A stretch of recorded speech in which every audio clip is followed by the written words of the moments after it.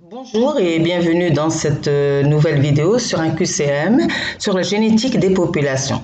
Alors, ce QCM sera en deux parties. La partie 1, je vous poserai seulement les questions et je vous donnerai des indications comment y répondre, c'est-à-dire comme un complément de cours. Parce que vous avez tendance à aller très vite vers les corrections. Donc cela va vous permettre quand même un peu de travailler tout seul. Et dans une seconde vidéo, je vous donnerai les corrections avec vraiment des commentaires pour vous montrer pourquoi c'est juste ou c'est faux. Alors suivez jusqu'au bout et vraiment essayez de lire les questions. Alors il y a une ou plusieurs réponses justes. En général, bonne chance. Ah oui, autre chose, si vous voulez voir le complément de cours, il est à la fin. Et puis revenez aux questions. D'accord ? Allez, bonne chance et on commence. Une espèce est 1. Un groupe d'individus qui se ressemblent. 2. Une population dont les individus se reproduisent entre eux. 3. Une population pouvant se mélanger génétiquement avec d'autres. 4. Un concept variable suivant l'espèce. Quelle est la ou les réponses justes? Alors pourquoi j'ai mis un QCM avec une ou des réponses justes? Pour que vous maîtrisiez vos connaissances. Après, vous pouvez apprendre la définition de l'espèce à travers ce QCM.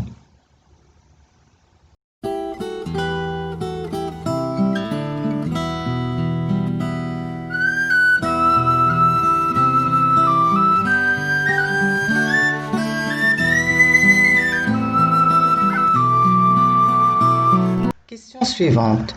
Une espèce est 1. Un ensemble d'individus vivant dans le même milieu de vie. 2. Un ensemble d'individus ayant tous les critères phénotypiques identiques. 3. Un ensemble d'individus interféconds. Et 4. Stable dans le temps.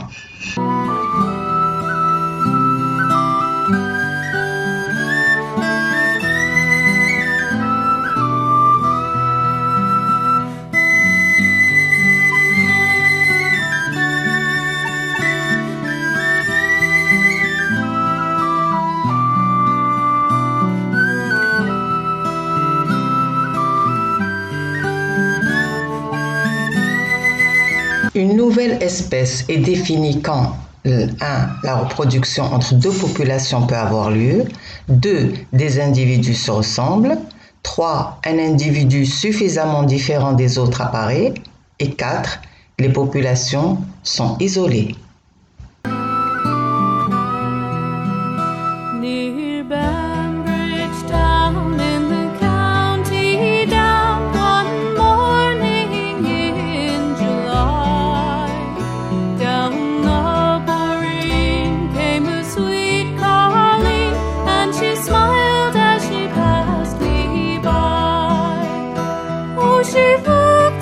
La sélection naturelle entraîne la modification génétique d'une population sous l'effet 1. De facteurs environnementaux, 2. De la dérive génétique, 3. De facteurs mutagènes, 4. Du hasard.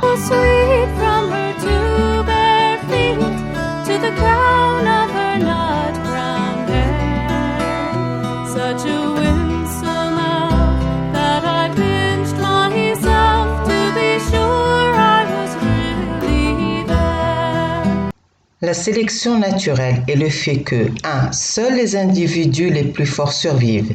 2. Seuls les individus reproducteurs survivent. 3. Certains individus mangent plus que les autres. 4. Certains individus se reproduisent mieux et laissent plus de descendants.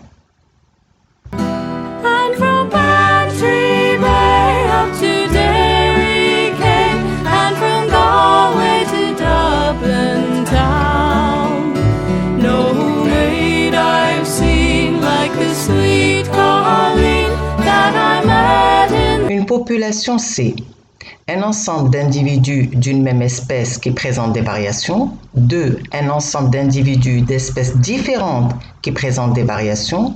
3. Un ensemble d'individus d'une même espèce qui sont identiques. As she onward sped, I shook my head and I gazed with a says I to a passerby, who's the maid with the nut brown hair. La dérive génétique s'observe dans une population pour un allèle qui, 1, est neutre, 2, confère un avantage, 3, confère un désavantage. He smiled at me and with pride says he, that's the gem of all Ireland's crown. Young Rosie McGann from the banks of the Bann, she's the star of the county down. And from Une espèce peut être définie par 1.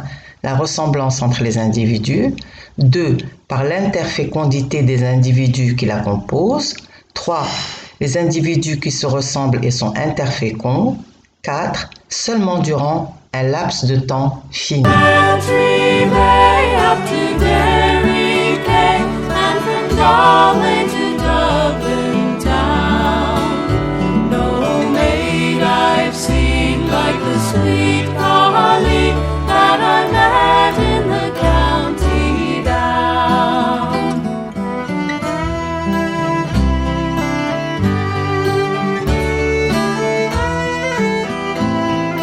Qu'une population atteigne l'équilibre de Hardy-Weinberg. Toutes les conditions suivantes sont nécessaires, sauf une, laquelle? La population doit être grande et largement ouverte. 2. La méiose des individus doit être normale. 3. Le taux de mutation doit être nul au niveau du locus considéré. 4. Aucune sélection ne doit intervenir. Et 5. Les unions doivent se faire au hasard.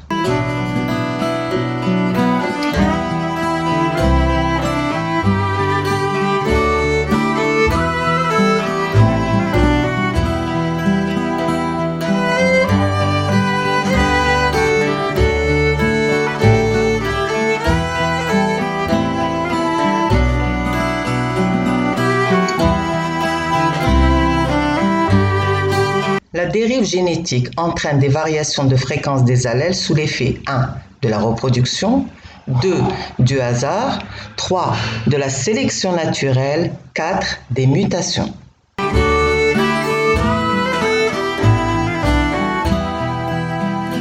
At the harvest fair, she'll be surely there, so I'll dress in my Sunday clothes, with my shoes shine bright and my hat just right. When La the sélection naturelle 1 est une modification aléatoire de la fréquence des allèles sous l'action du milieu. 2 est d'autant plus marquée que l'effectif de la population est petit. 3 permet l'augmentation de la fréquence des allèles avantageux dans la population car les individus qui les portent ont plus de chances de se reproduire. 4 avantage toujours le même allèle même si les conditions environnementales changent. heart of a nut brown rose, no pipe I'll smoke, no horse I'll yoke, and my plow will rust and brown, till a smiling bride by my own fireside sits the star of the county down. And from Bantry Bay La sélection naturelle 1 explique l'adaptation des populations aux conditions du milieu dans lequel elles vivent. 2 s'effectue sur certains individus purement au hasard. 3 modifie le génome des individus. 4 est le seul facteur pouvant expliquer l'évolution d'une population. up to Derry Quay, and from Galway to Dublin town. No maid I've seen like the sweet Colleen that I met in the county down. And from Bantry Bay up to Derry Quay, and from Galway to Dublin town. La No. mutation d'un gène 1 donne toujours un désavantage à l'individu porteur de l'allèle muté. 2 donne toujours un avantage à l'individu porteur de l'allèle muté. 3 a un effet variable selon l'environnement de l'individu porteur de l'allèle muté. Et 4 peut ne pas avoir Défait. Oh, maid I've seen, like the sweet Colleen that I met in the county down.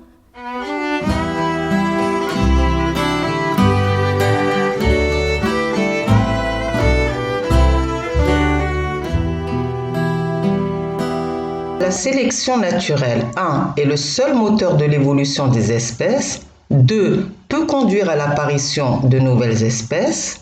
3, sélectionne les individus les plus aptes à se reproduire.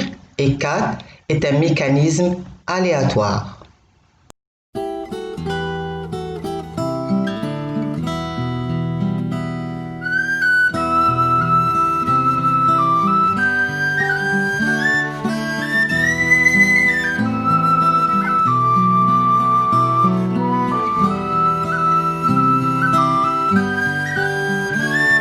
La dérive génétique, 1, est un mécanisme aléatoire. 2, crée de nouveaux allèles. 3, fait varier la fréquence des allèles dans une population. 4, est plus marqué quand l'effectif de la population est grand.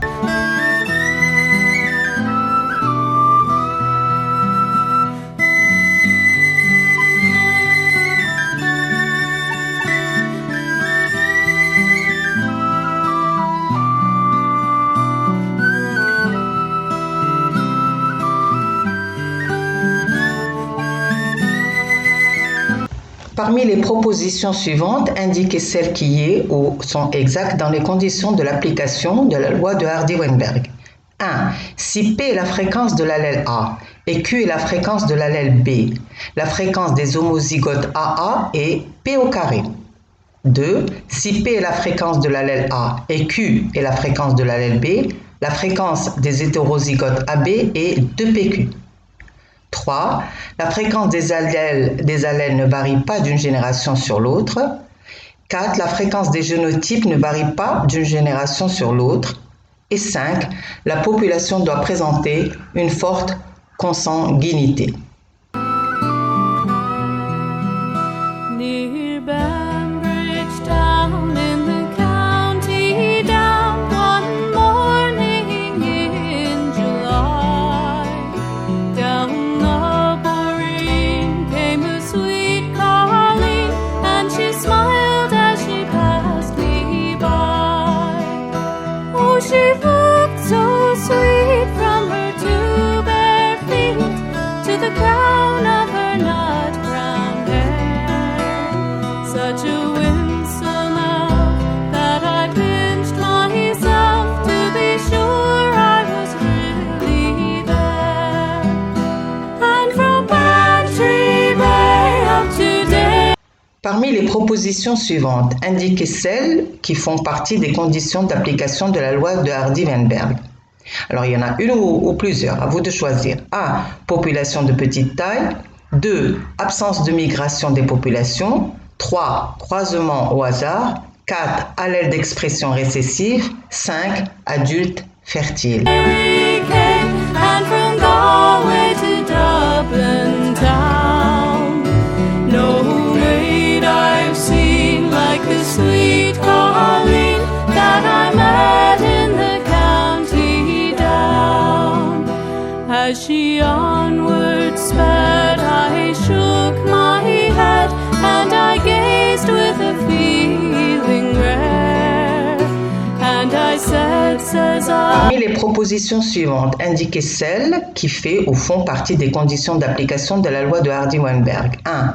Population de taille réduite, isolat de population. 2. Absence de migration des populations. 3. La panmixie. 4. Allèle d'expression récessive. 5. Absence de mutation. To a passer-by who's the maid with the nut brown hair.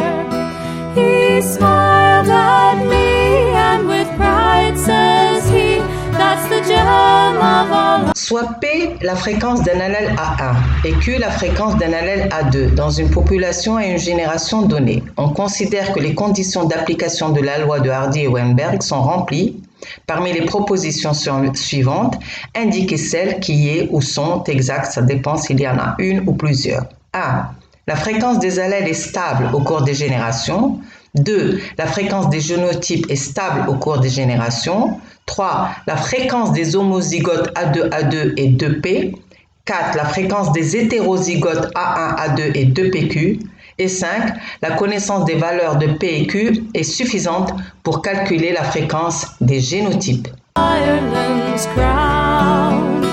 Young Rosie McGann from the banks of the Bann. She's the star of the county down. And from Bantry Bay up to Derry Quay, and from Galway to Dublin town. No maid I've seen like the sweet Colleen that I met in the county down.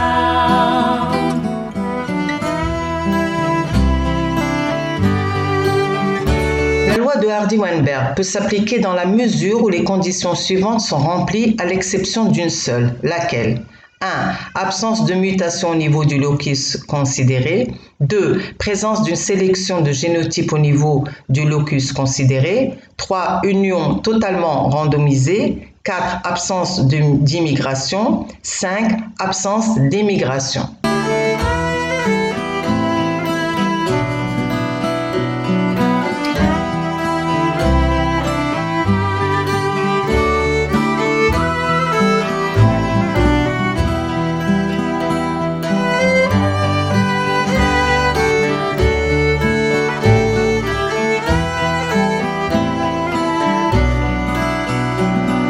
Selon la loi de Hardy-Weinberg, appliquée aux maladies récessives liées au chromosome X, toutes les propositions suivantes sont exactes, sauf une. Laquelle 1.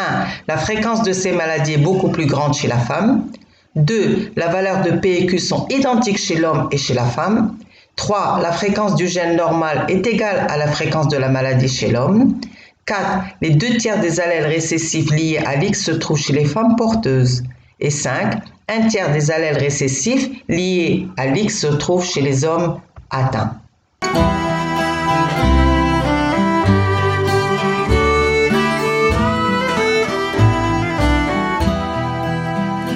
At the harvest fair, she'll be surely there, so I'll dress in my Sunday clothes, with my shoes shine bright and my hat just right, when the heart of the nut brown rose.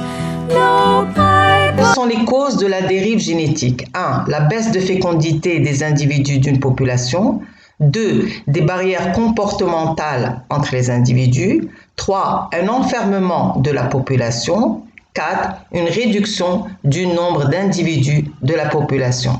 I'll smoke no horse, I'll yoke, and my plow will rust and brown, till a smiling bride by my own fireside sits the star of the county down. And from Bantry Bay up to Derry Quay, and from Galway to Dublin. Les mutations 1. Rétablissent le polymorphisme génétique. 2. Participent à la divergence génétique. 3. Participent à la dérive génétique. Et 4. Empêchent la sélection naturelle. Town. No maid I've seen like the sweet Colleen that I met in the county down. And from Bantry Bay. On observe une dérive génétique lorsque 1. Les fréquences alléliques varient au sein d'une population. 2. Le polymorphisme génétique est réduit. 3. Les individus s'uniformisent. 4. Les individus ne peuvent plus se reproduire entre eux. To Derry Quay, and from Galway to Dublin town. No maid I've seen like the sweet Colleen that I met in the county down. Pour une hérédité dominante liée à l'X, quelle est la probabilité que les enfants soient atteints, filles ou garçons, si la mère est malade, hétérozygote et pas le père? 1, 0, donc impossible. 2, systématiquement, donc tous. 3, un quart. Et 4, un demi.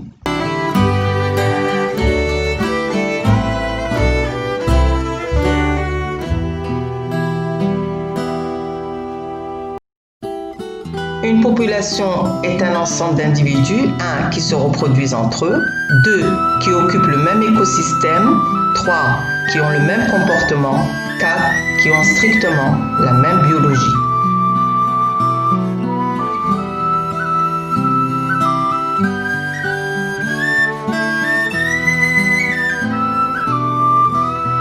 La panmixée signifie que 1, les reproducteurs se reproduisent de façon aléatoire.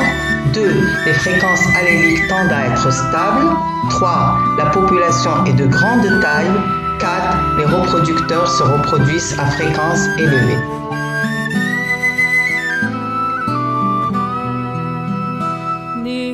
On observe une dérive génétique lorsque 1, les fréquences alléliques varient au sein d'une population. 2, le polymorphisme génétique est réduit. 3, les individus s'uniformisent.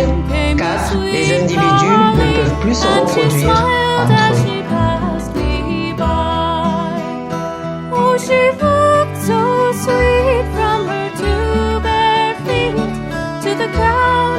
La sélection naturelle permet l'augmentation de la diversité au sein de chaque population. 2, l'augmentation de la fréquence de certains génotypes au détriment d'autres. 3, l'augmentation d'individus possédant un certain phénotype au détriment d'autres.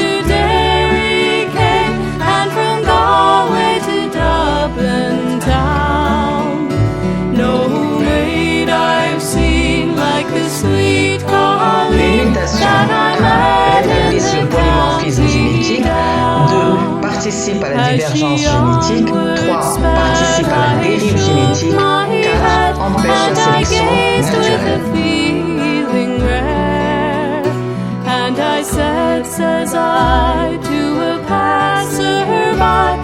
Je vais vous donner des indices, c'est-à-dire je vais vous donner comme une sorte de complément de cours pour pouvoir répondre aux questions. Alors, on va commencer par définir la génétique des populations. C'est l'étude de la distribution et des changements de la fréquence des versions d'un gène, des allèles, dans les populations d'êtres vivants, végétaux ou animaux, sous l'influence des pressions évolutives, sélection naturelle, dérive génétique, mutation et migration. Alors ces populations en général sont diploïdes. En fait, la question posée, c'est comment un être vivant évolue dans le temps. Quels sont les phénomènes qui sont en jeu? Quelles sont les forces évolutives qui sont en jeu? La sélection naturelle, la dérive génétique, les mutations, les migrations. Voilà la question qui est posée. Et donc, il faut comparer avec une population qui est stable. Stable au niveau de ses allèles. C'est-à-dire que les allèles restent les mêmes. Leurs fréquences restent les mêmes. Pour connaître donc l'impact des forces évolutives, il faut d'abord comparer avec une population où la fréquence génotypique et la fréquence phénotypique restent stables au cours du temps. Et pour qu'elle reste stable au cours du temps, il faut que la population soit diploïde et idéale. Et qu'est-ce que c'est qu'une population diploïde idéale? 1. La population est de taille infinie. Elle est très grande, elle n'est pas isolée, elle n'est pas dans un îlot ou quelque chose comme ça. 2. Les individus s'y unissent aléatoirement, impliquant l'union aléatoire des gamètes. Il n'y a donc pas de choix du conjoint en fonction de son génotype, c'est-à-dire donc en fonction pour une population humaine par exemple, en fonction de sa religion ou bien de sa secte, etc. Et là, on n'est pas seulement dans le cas humain, il faut savoir qu'on étudie une population n'importe laquelle. On dit alors que la population est panmictique. 3. Il n'y a pas de migration. Aucun allèle n'est apporté de l'extérieur. 4. Il n'y a pas de mutation. 5. Il n'y a pas de sélection. Et 6. Les générations sont séparées, ne se chevauchent pas. Alors, permutation, sélection, etc., on va voir leur définition. Quand on dit que les générations ne se chevauchent pas, c'est-à-dire que une génération parentale ne va pas avoir une union avec une génération F1 par exemple. Et on résume ce qui précède. Dans une population diploïde de dimension infinie, donc une population idéale, où les unions se font au hasard, la panmixie, où il n'existe ni migration ni sélection contre un phénotype particulier et pas de mutation pour les gènes étudiés. Les fréquences alléliques et génotypiques restent constantes d'une génération à l'autre. Et donc là, on peut calculer les fréquences alléliques à partir des fréquences phénotypiques. Mais le calcul de la fréquence des allèles est-il toujours possible à partir du phénotype ? Oui, dans le cas de codominance, car le phénotype reflète le génotype.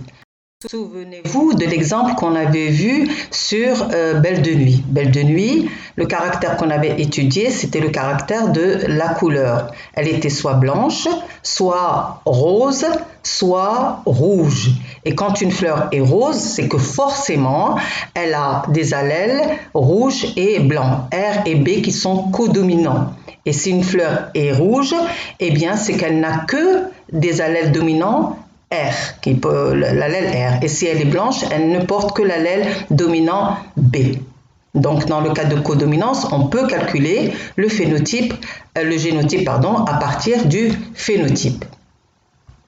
Mais le problème se pose dans le cas de dominance. Le calcul de la fréquence des allèles n'est pas possible car si un allèle est dominant sur un autre qui est récessif, le phénotype sera dominant, mais il peut avoir comme génotype un allèle dominant et un allèle récessif ou deux allèles dominants. Souvenez-vous des groupes sanguins par exemple. S'il est du groupe A, il peut être AA ou bien AO car l'allèle O est récessif.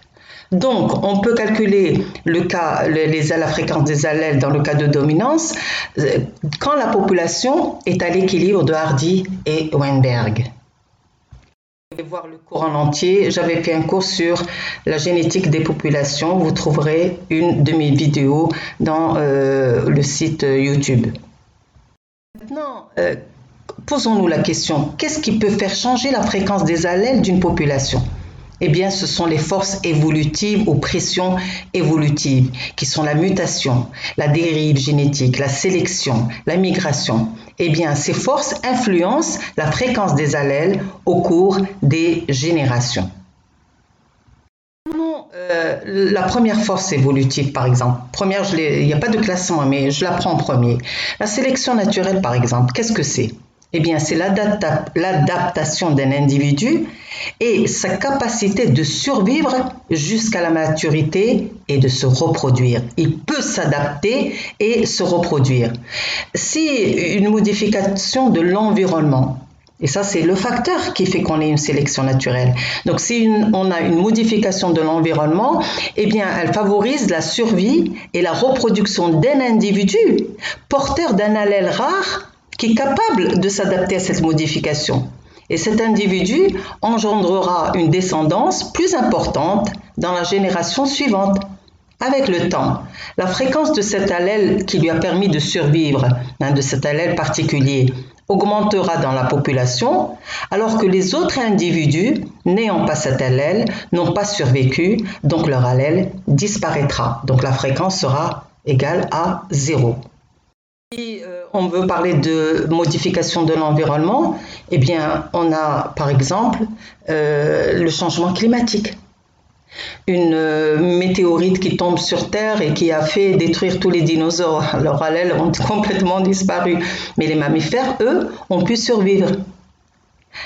Donc, ils ont pu disperser leurs allèles, etc. Donc, il y a beaucoup de modifications de l'environnement. Pour la dérive génétique, c'est une fluctuation aléatoire, évolution des fréquences alléliques dans une population de faible effectif. J'ai souligné le mot faible effectif qui aboutit à une diminution du polymorphisme. Le polymorphisme étant la diversité des allèles. Et on n'a pas un seul allèle, on a plusieurs allèles. L'échantillon des gamètes qui vont être formés réellement par les individus vont être réduits. dans une petite population. Et donc, certaines combinaisons peuvent ne pas voir le jour, ce qui peut conduire à la disparition aléatoire de certains allèles, alors que d'autres sont retenus. La dérive génétique, c'est toujours une petite population. Pourquoi petite? Si on prend des êtres humains, ils ont une secte et ils ne peuvent s'entendre qu'entre eux. Et bien sûr, la combinaison aléatoire qu'il va y avoir des allèles dépend de leurs croisements qu'ils vont effectuer entre eux. Et comme la population est petite, les croisements vont être faibles, si vous voulez. Et donc, certains allèles vont disparaître. Supposons qu'un être humain ne se marie jamais. Est-ce qu'il va donner ses allèles? Non. Donc, c'est pour ça qu'il y aura une disparition aléatoire de certains allèles, alors que d'autres, ceux qui ont pu se reproduire, eh bien, ils vont pouvoir donner leurs allèles au cours du temps. On a aussi comme une force évolutive, on a la migration. Alors, la migration va faire introduire des allèles nouveaux dans une population. La migration génétique, donc, est le transfert d'allèles d'une population à une autre par le biais de la migration d'individus. Si je prends le cas humain par exemple, des Maghrébins vont aller en Europe. Donc ils vont donner leur allèle nouveau à une nouvelle population européenne. Donc c'est pour ça que la migration va faire augmenter le nombre des allèles. Une autre force évolutive, c'est la mutation. La mutation est une erreur dans la reproduction conforme du message héréditaire. On connaît les mutations, soit par délétion, soit par insertion, etc. Et c'est une source fondamentale de variation, d'innovation. En fait, c'est la seule source de gènes nouveaux. Mais la mutation ne peut pas à elle seule permettre une évolution rapide.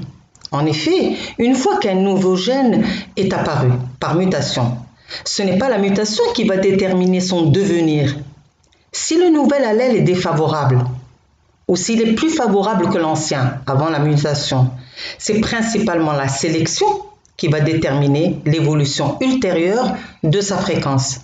Donc un allèle muté peut vraiment donner des allèles qui peuvent rester, subsister, et alors que d'autres allèles, une autre mutation peut donner des allèles qui vont au contraire être éliminés par la sélection naturelle.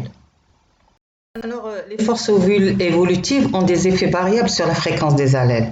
Par exemple, pour la sélection, qui est la force qui permet l'adaptation des organismes à leur environnement, en favorisant les allèles conférant les caractères les plus adaptés, eh bien, la sélection naturelle agit sur certains gènes du génome, mais pas tout le génome, à l'opposé de la dérive génétique. Pourquoi? Parce qu'il y a sélection de certains allèles qui confèrent à l'individu une adaptation, une survie pour pouvoir se reproduire. Donc elle agit sur certains gènes seulement, pas tout le génome. À l'opposé de la dérive génétique qui, par consanguinité par exemple, c'est tout le génome qui est concerné. Et donc la sélection peut réduire ou augmenter la diversité allélique d'un gène. Ou bien on a une sélection positive, ou bien on a une sélection négative. La migration par contre, l'effet sur la fréquence des allèles, c'est l'introduction d'allèles nouveaux dans une population. Donc la migration génétique, c'est le transfert, on l'a dit, d'allèles d'une population à une autre par la migration d'individus. Et la migration va s'opposer à la différenciation génétique sur représentativité ou sous-représentativité de certains allèles, donc elle s'oppose à ça, et à la consanguinité qui est générée par la dérive génétique. Donc la migration tend à homogénéiser les populations au cours du temps. Je parle au cours du temps. La consanguinité, qu'est-ce que c'est? La consanguinité, c'est le fait d'être apparenté chez les deux membres d'un couple. La consanguinité, elle favorise l'apparition, par exemple, de maladies génétiques dues à des gènes récessifs. Car la probabilité que chaque membre porte un même allèle récessif est augmentée.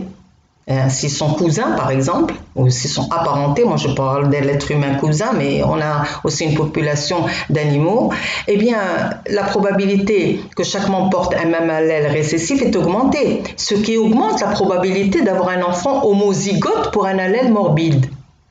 Si l'allèle récessif est responsable d'une maladie, eh bien, il va apparaître chez un enfant homozygote. Pourquoi? Parce que ses parents étaient hétérozygotes pour cet allèle. En conséquence, les accouplements consanguins augmentent les chances d'apparition d'un caractère récessif rare s'il est présent dans la population. Résumons maintenant ce qu'on vient de dire. Les forces évolutives, donc ils modifient la fréquence des allèles, on est d'accord.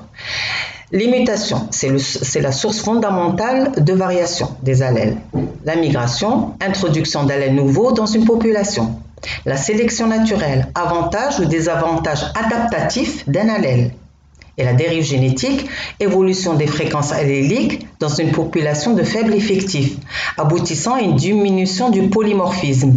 L'échantillon des gamètes, formé réellement par les individus étant réduit dans une petite population, eh bien, certaines combinaisons peuvent ne pas voir le jour, ce qui peut conduire à la disparition aléatoire de certains allèles.